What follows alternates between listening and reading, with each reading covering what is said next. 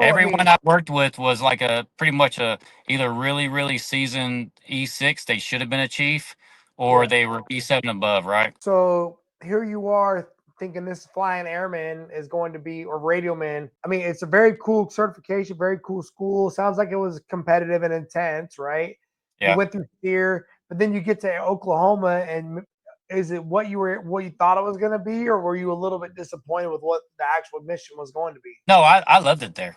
I really Okay, did. I loved it there. I worked with a great group of people, right? And then I loved the job and everything.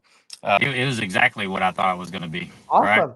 I mean, that's So good to hear, bro, because I feel like going through that aircrew school, I thought it was gonna be something different. And then when you started telling me, I started feeling like, oh my God, this is like some definitely, like you said, some very special mission type stuff.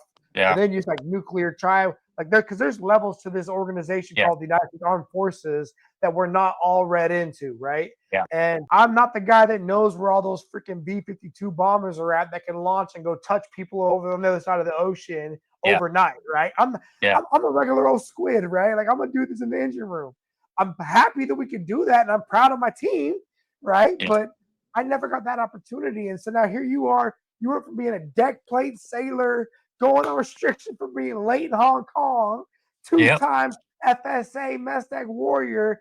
Now you're freaking on these Boeing 707s in Oklahoma, attached to this major special mission area that is like high level, yeah.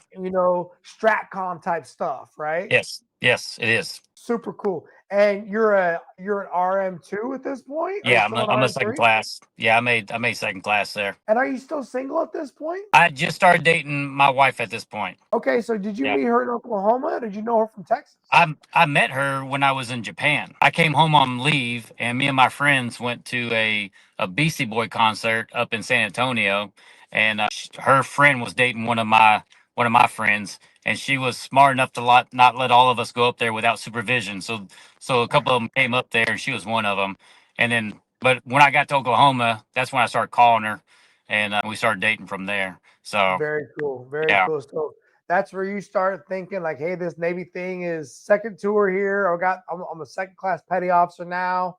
Got this special somebody I want to talk to more and tell her my thoughts and my things that I'm thinking about. And I mean, so how do you go? I'm trying to understand, how do you go from being this flying radio man in this special community that you could be essentially in Oklahoma for what sounds like your whole career? yeah. At what point do you decide I'm gonna pack up and go jump into some other craziness like EOD? How does that play out? Well, we flew into Key West. It was spring break, right? So we flew into Key West. And during our trip, I went snorkeling one day. And we all went out snorkeling. And then we all went out and had dinner. We're having a couple of drinks. And one of the pilots there was a prior enlisted EOD tech, right? So he's a lieutenant now and a pilot. And Right, he's telling us stories. We're sitting at like Denny's having breakfast right, really late, right?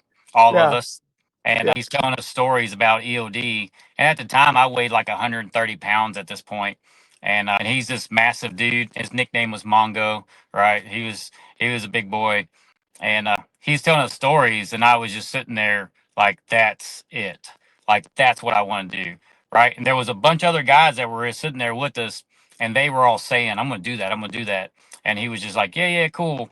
And I didn't say anything to him. And then I started talking to my wife now, right? I started talking to her, telling her I was thinking about doing this. And then I went and got a personal trainer, give me a workout, a diet, all this stuff. And then I started doing things. And a couple months later, I went and talked to him and started asking about the program. And he told me, he's like, yep. He's like, I was wondering when you're going to start talking to me because, I saw after this moment, I saw you shift your mentality and everything. And you start doing these other different things. He's like, I was wondering what you're doing. I was like, yeah, I want to go do what you used to do. Right. So that's what I did. Right. So what was so you're an E5 already in the radioman Yeah. community. I'm sure you have to find a motivator somewhere to let you see your like your PST and to show them that you're serious about doing this certain thing. Because from what I saw you do in Guam and from what I saw other people do throughout my career, first thing you got to do is impress somebody enough to say, "Hey, I'll lobby for you to even possibly apply for the program." Yeah, right? so typically we have like the Spec Ops recruiters, right? That's you could go to any command, but there's requirements for people to endorse you and all that kind of stuff. And every command has someone designated to do that. I actually did that in Japan when I was there as an EOD tech. Like I screened for everyone going SEAL, SWIC, EOD, and divers.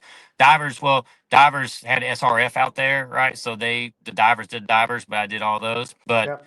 I contacted the detailers and I was like, hey, I'm in Oklahoma.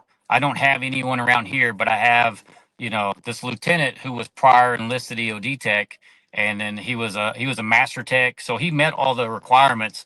So they actually let him screen me and everything, right? So he vouched for me. He did my interview, he did my PT scores and all that kind of stuff, and then I had to. They let the flight because I had a flight surgeon, so they let him look at my medical record, and I scanned Mhm. it, sent it to a DMO, so a dive medical officer, for him to verify it and everything like that. So there's ways to do it. You just got to figure it out, right? That's one of Yeah. the things.